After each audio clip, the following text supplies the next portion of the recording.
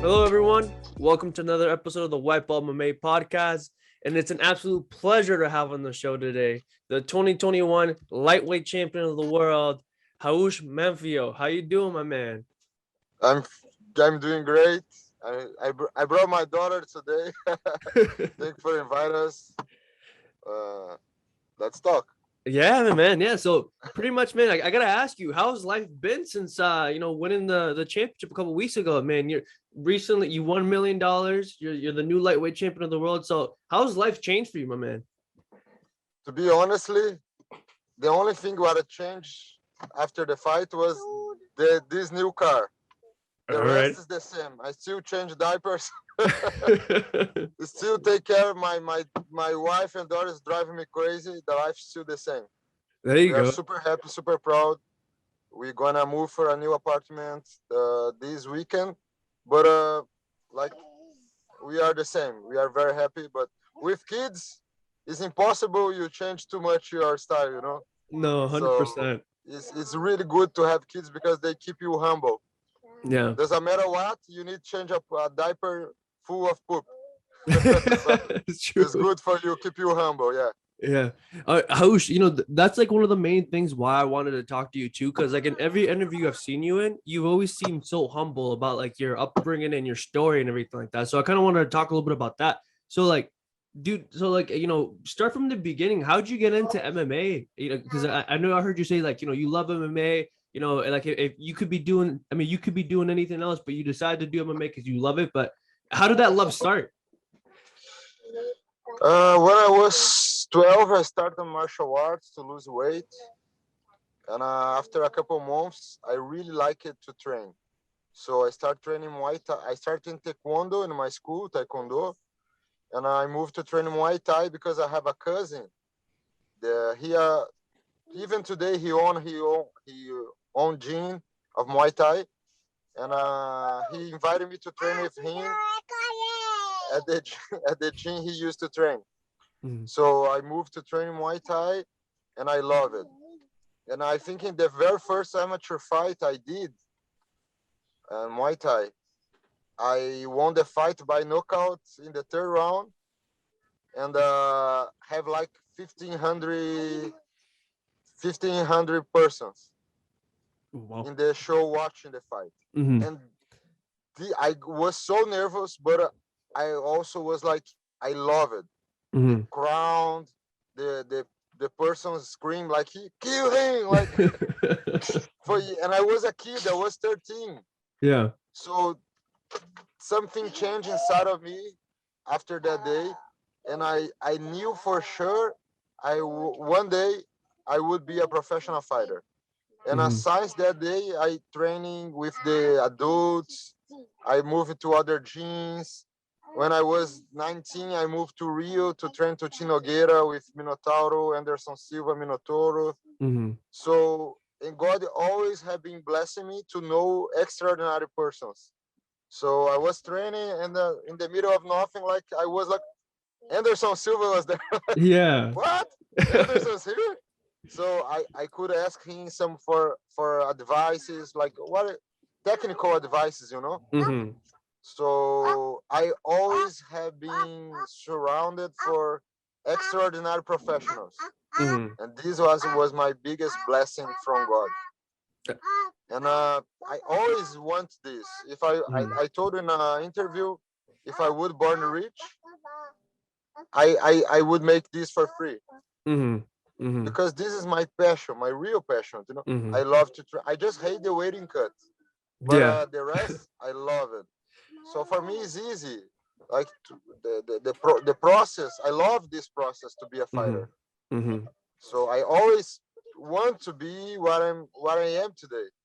Hmm. So for me, is I think I'm the proud fighter ever because I came from nothing, Hmm. and I will be there. I have no godfather, you know, to like to help me inside the MMA or no. I need to grind my spot.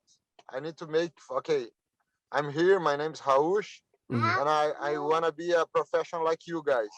And they crush me, beating me every day until I get in the level, until I move to American Top Team and growing, iron sharp as iron. And today I feel American Top Team is like my house, like my home. I feel like super proud to be part of the team. Was to be in the American Top Team is a dream come true.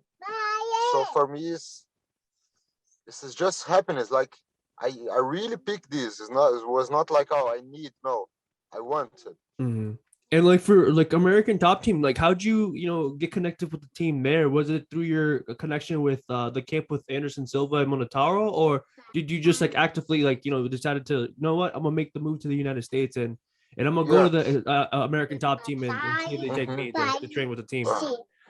Yeah. So when I participated from the Ultimate Fighter 4, the TV show in Brazil, I lost the fight and I got really upset with my performance. And I saw in the United States the structure and the professionalism was bigger. You are like 3 times serious than we are in Brazil about professionalism.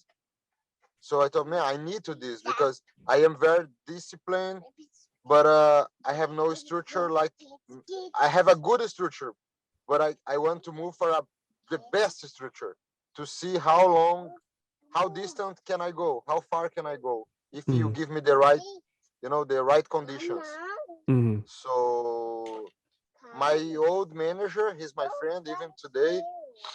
He get in touch with the guys in the American Top Team, and we beg for an opportunity to be here. And they told, oh, because I had no money, so I need to stay in the fighters' house. So we have the apartments from the fighters to the new American Top Team today. Like all the rooms are inside the gym. So, para pouquinho, filhinha. All the rooms, so you have a huge structure. That time it was in the old gym, and we need to live in the apartments what Dan Lambert rent or owned for us. So one day they changed their mind, okay, and they told, you can come this week. And I have everything ready. I already was learning English, like I started studying online. I already have my visa to get. I was just waiting. They say, okay, come. When they told, I bought the ticket for the other day and say, my wife, I love you. See you in a couple of months. Pray for me. Yeah. Pray for me. And she was my number one supporter because I asked her, I can go if you allow me to go because we are married. So, and she told me, you have 1 year. If in this year you not bring me to United States, you return and you need to do something more of your life. No more be a professional fighter, but I will give you this year to you follow after your dream. Imagine it. It's really difficult. Imagine my wife stayed distant from me 1 year. Yeah. So she was really my sport. And one day before 1 year complete, she came to United States. Oh, that's awesome. That's awesome, brother. Yeah, and like in that whole year that you're here by yourself, though, like how did you adjust living in the United States? Because I know you said you're learning English and all that, but like, was it a little different? Was it kind of like a culture shock? You're like, oh crap, I'm like in a whole different country. Like this is so weird. Like you're following your passion, but like at the same time, it's like you're in a different place. So like, how was that? Like how was it transitioning from like Brazil to the United States? To be honest, here in Florida, it's very similar from Rio, where I used to live. So the climate is good, it's not that cold in the winter. It's really good. The adaptation to live here was really, really easy. There's no problem at all. So for me, it was easy. And the persons who helped me to bring my wife was the church. So I started going to in American church. It's my church today, Hope for All Nations. And they helped me. Oh my gosh. You here? You there? You there? You there? Yeah, I'm here. No I'm worries, sorry. bro. No, because someone is coming. No worries, brother. They told, okay, we did this meeting, and we want to help you and your wife. So we're gonna pay for the 4 first months of rent, and I could brought her here. So I was like crying and be like very very grateful to them, and this was my adaptation. But to be honest, like I was, well, my English was like, okay, I not will die hungry.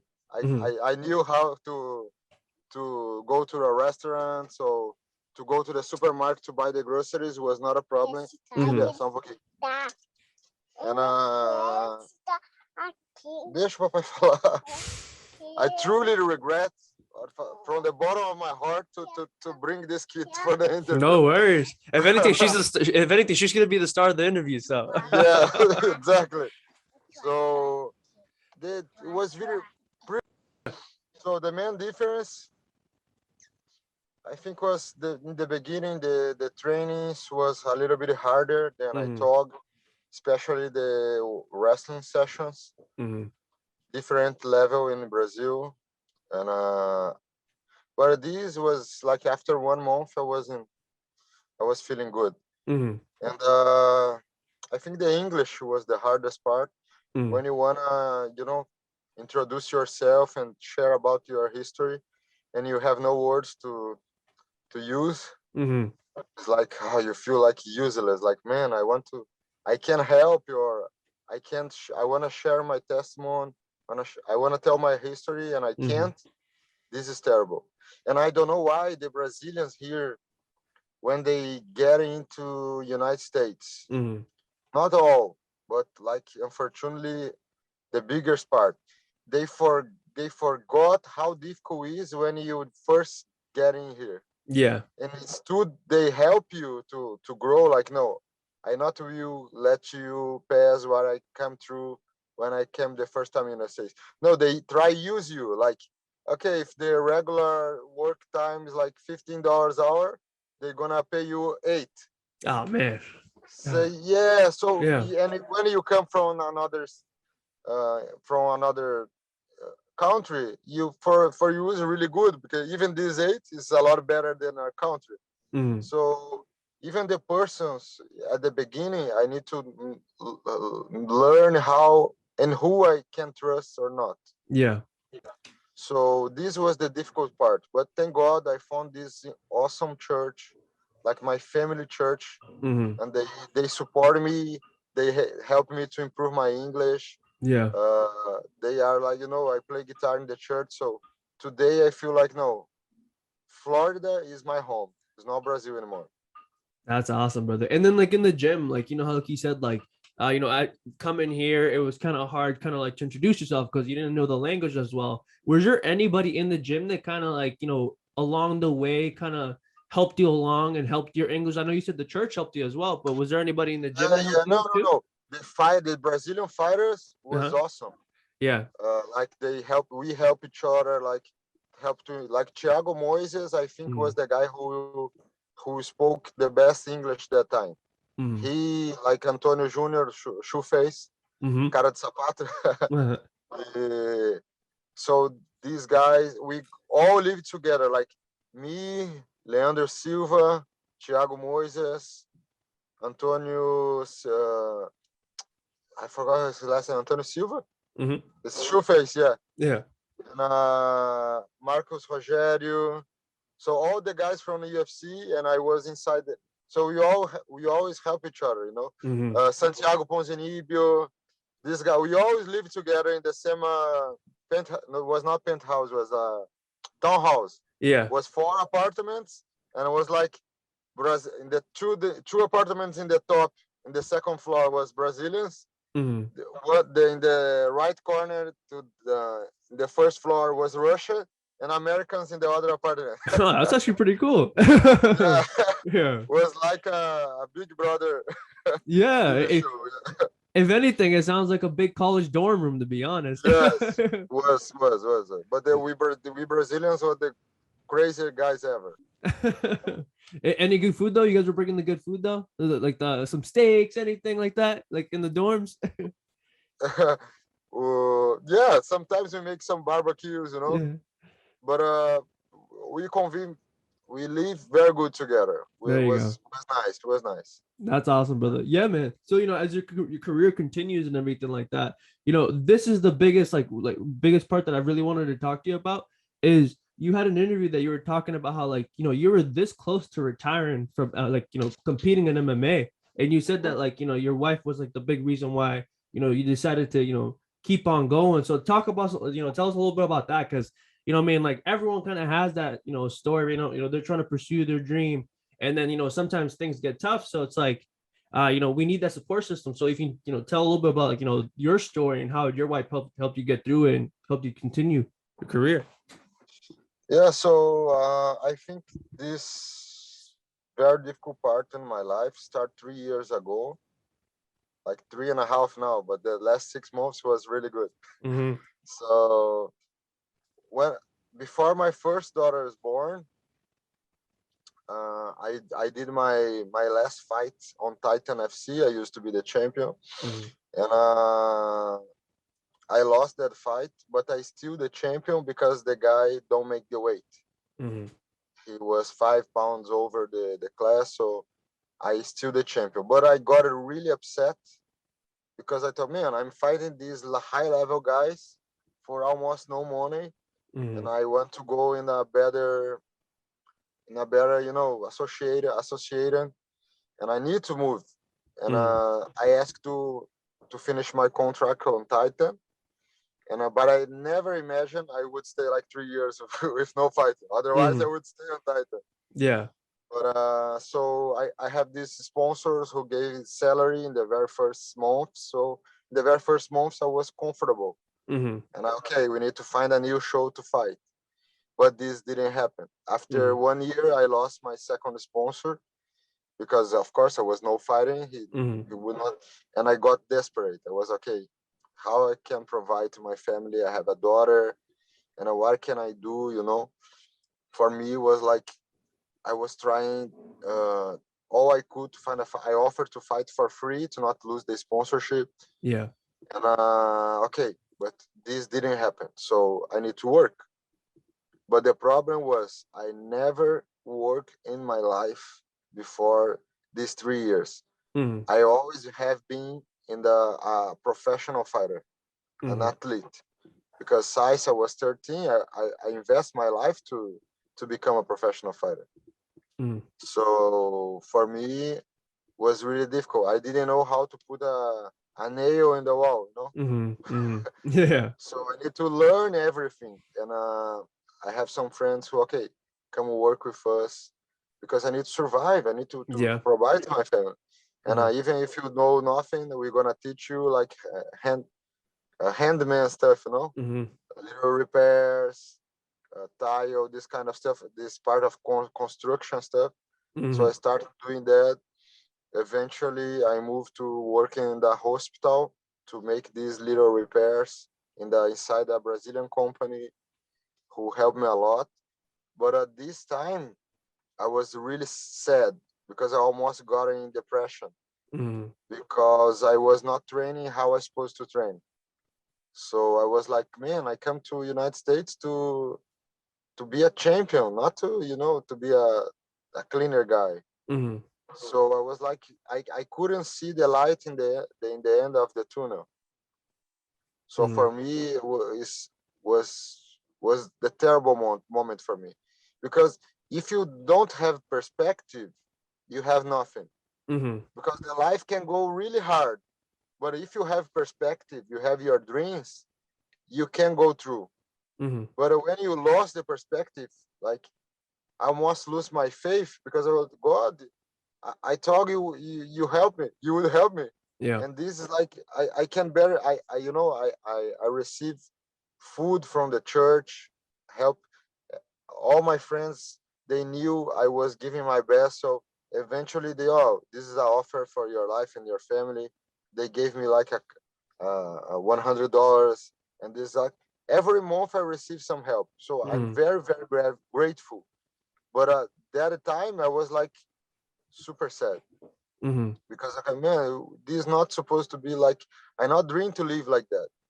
And but all these make me stronger because okay, I can sit and cry or I can do something. Yeah. And these, I think, this was when I turned myself in a really strong fighter because I become a stronger man. And Mm-hmm. I thought, okay, I need to provide is the very first thing and is more important. My family, I need to train Mm-hmm. because if some opportunity happens, I need to be ready. Doesn't Yeah. matter a good opportunity. If you're not ready, don't. It's gonna be a curse, not a blessing. Yeah. So I need to train, and I need to honor my time as a fighter inside my house. Mm-hmm. So I need to organize myself to do these three things, and I could, and I make it. Yeah. I was rushing. I was like sleeping in the car after the job, and I found some private students, and I started to give private classes. Mm-hmm. So I didn't need to work with the construction anymore because I hated that job. Yeah. So this part improved, and every student they liked my job, so they refer me to other students, and I was doing really good. So I came from nothing Mm-hmm. to I came from nothing to this point was really good. I was making like $5,000 with classes a month. Wow, that's awesome. So Yeah. it was awesome because Yeah. my rent was like 1,050, insurance of the car, food. I spent like my bills was like 2,400 a month. Mm-hmm. So I have the rest of the money to pay the persons who helping me. I also borrowed some money to open a business who broke because the pandemic. Mm-hmm. So I was okay. I really thought this was God was telling me like, okay, I give you a good teacher, a good coach to help these persons. I was happy because I didn't stop training Mm-hmm. because I was giving classes, but I couldn't train I could training like once in the morning every day. Yeah. So for me it was okay. I need this to be happy. I need to train, doesn't matter Mm-hmm. what. I need to train because this is the part of my life who make me happy. And I need to provide. I give these classes. Mm-hmm. I was super happy because it's something I worked my whole life. Yeah. Was not something new like, oh, you need to cut these woods, like make a wall, drywall Yeah. stuff. I talk like, no, this is something really good. And so the last part I need to talk with my manager Brian Butler Mm-hmm. to ask him to not try find more fights for me. Yeah. And, because okay, I'm doing good as a coach. Eventually I'm gonna do maybe open a gym here, I don't know. Mm-hmm. And me and my wife always have been legal here in the United States. Whenever we always taking care of our documents to not become like a illegal. Yeah. So we did everything right. So okay, now we're gonna and we're gonna do good. And my wife, before the pandemic, this part is good. Mm-hmm. In the worst moment, before I give the classes, before uh, she told me like 1 month before the pandemic starts, Yeah. she was pregnant. She was pregnant again.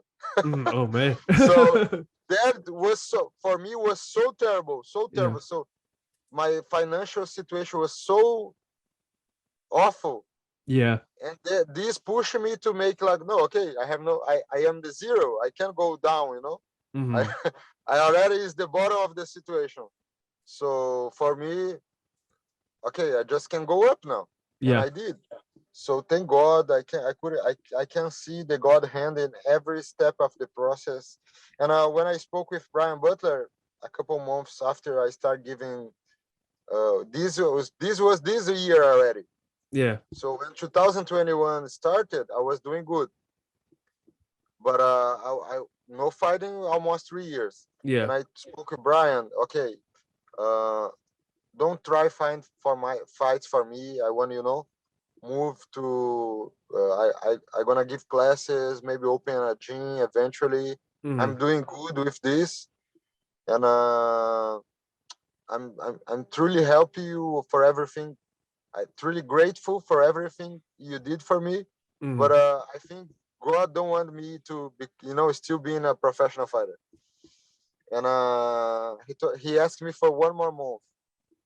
And I was like, man, don't make me, Yeah. because this is a very emotional situation for me, Yeah. because I dream with this my whole life, but the situation was not doing. I could make nothing to change my situation. That's why Yeah. I need to always say, God prepared this for me. Mm-hmm. And he told, no, give me one more month. I feel something good is coming. Okay. And after 2 weeks, he put me in the PFL. So I Wow. cried a lot. Yeah. And it's a big resume of the situation. It has a lot of details, but we need like 5 hours to talk. No, And I mean, I'm getting goosebumps just listening to this, man, because like it's insane, man. It's just like I mean, like I was saying, it's like sometimes like people go through a lot of stuff and like they don't catch that break that like you eventually did with the PFL, and then you get in there yeah. and it's like And it. it was funny because when they give me the opportunity, I was Mm, training really, really good. I was sparring the guys in camp. My strategy to stay in shape was like mm, I always move it to from a camp of a friend to another camp. So Edson Barbosa need a training partner for his camp. I mm, was the guy. mm, Renato Moicano needs someone. I was the guy. Thiago mm. Moises. So I was moving from camp to camp. The only thing I was not doing was diet. Yeah. So I stay healthy, strong, but training really strong, but just once a day. Mm-hmm. So I heal a lot of little injuries. So this one train a day was a lot better for me. Yeah. Yeah. Truth, we learn, and for even for a PFL, when we start the camp, I keep just training once a day because I Mhm. learn how my body works. Yeah. Because my performance once a day is like 100% every day. Mhm. So the only trainings I did apart was the conditionment, but it was just twice a week. And Yeah. then for the conditionment training, you don't need to think too much. So it's easy, like just lift the weights. Yeah. So it's the only trains I did apart. The other trains I just did once a day. So it was something new for me because I always did like two, sometimes three trains a day. Mhm. And we moved, my performance like go It, up, change a lot. it skyrocketed, and then like you get into the PFL, dude, and then you went on a win streak, and then like your most notable win early on in the regular season was against Anthony Pettis. And like you said, it's like I mean, Anthony Pettis is a legend in the game. People know him for the jumping off the cage, kick, knockout, and then you get into the cage with him, and it's like you ended up beating him, but like before the fight, were there any? I wouldn't say nerves, but like were you kind of like starstruck a little bit? You're like, oh crap, like Anthony Pettis is like standing across from you, like in the cage. Yeah, I think the very first moment Mm-hmm. when we're gonna stare down each other and before the referee start the fight, Mm-hmm. I got a little bit nervous. Mm-hmm. But when we start, exchange punches, I was confident again Mm-hmm. because I am his fan. I know his whole career. I didn't need to study him because Mm-hmm. I already watching his fights. Yeah. So we train a lot to me is the spinning back kicks, to pushing him all the time Mm-hmm. for not letting him feel comfortable. So was easy the easiest preparation ever for a fight Mm-hmm. because I knew his game because as a fan I watch all his fights. Yeah. Yeah. Yeah. So Yeah. I know what he gonna do. So this was a good point for me. Mm-hmm. And when I felt how strong he was, I felt like okay, I am stronger than him. When we changed the punches, he hurt a little bit, but okay. But I felt like I can box with him. So after the first round, I thought this fight is mine. I just Mm-hmm. need to be serious and be focused. Yeah. But I think that's it. Yeah, Was man. for me it was a great honor for fighting him. I don't know how if I think he's gonna stay in the 2022 season, Mm-hmm. and I know for sure they wanna put me and him again. Yeah. Yeah.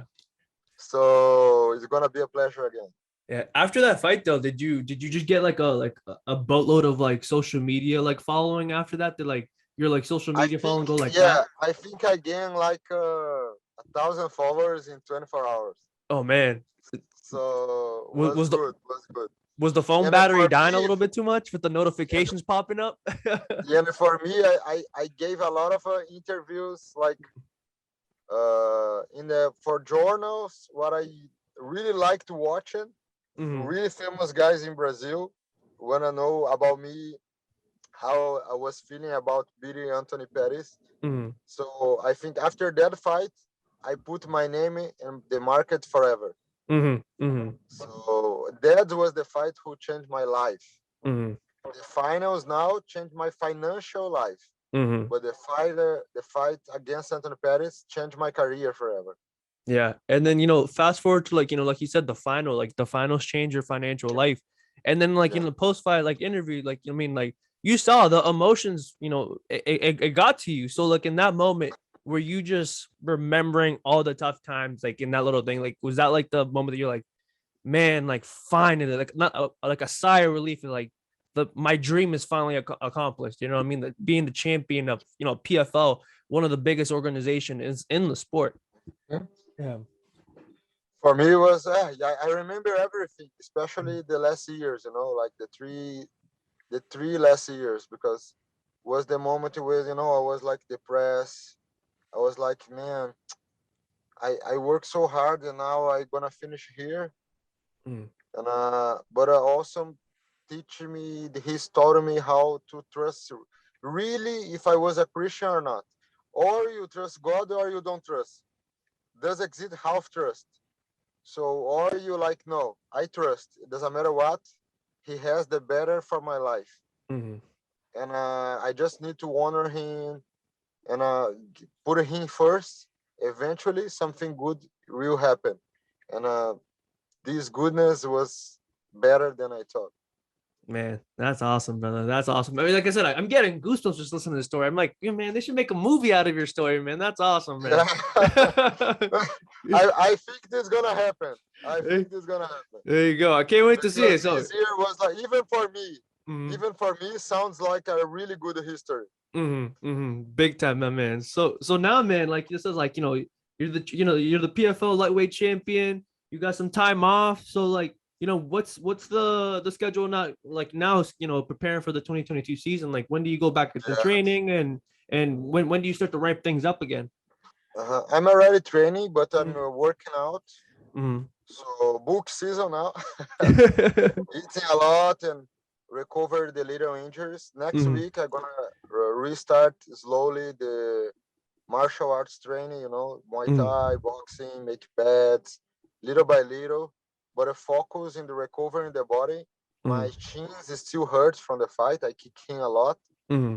so my chins are a little bit hurt. So I need to heal these little injuries, and I wanna be a lot better fighter in 2022. So I can't rush too much now. Mm-hmm. So still recovering time. And Mm-hmm. December we're gonna return it. The train is normal, and January a little bit better, and February to be in camp again to a fight in April.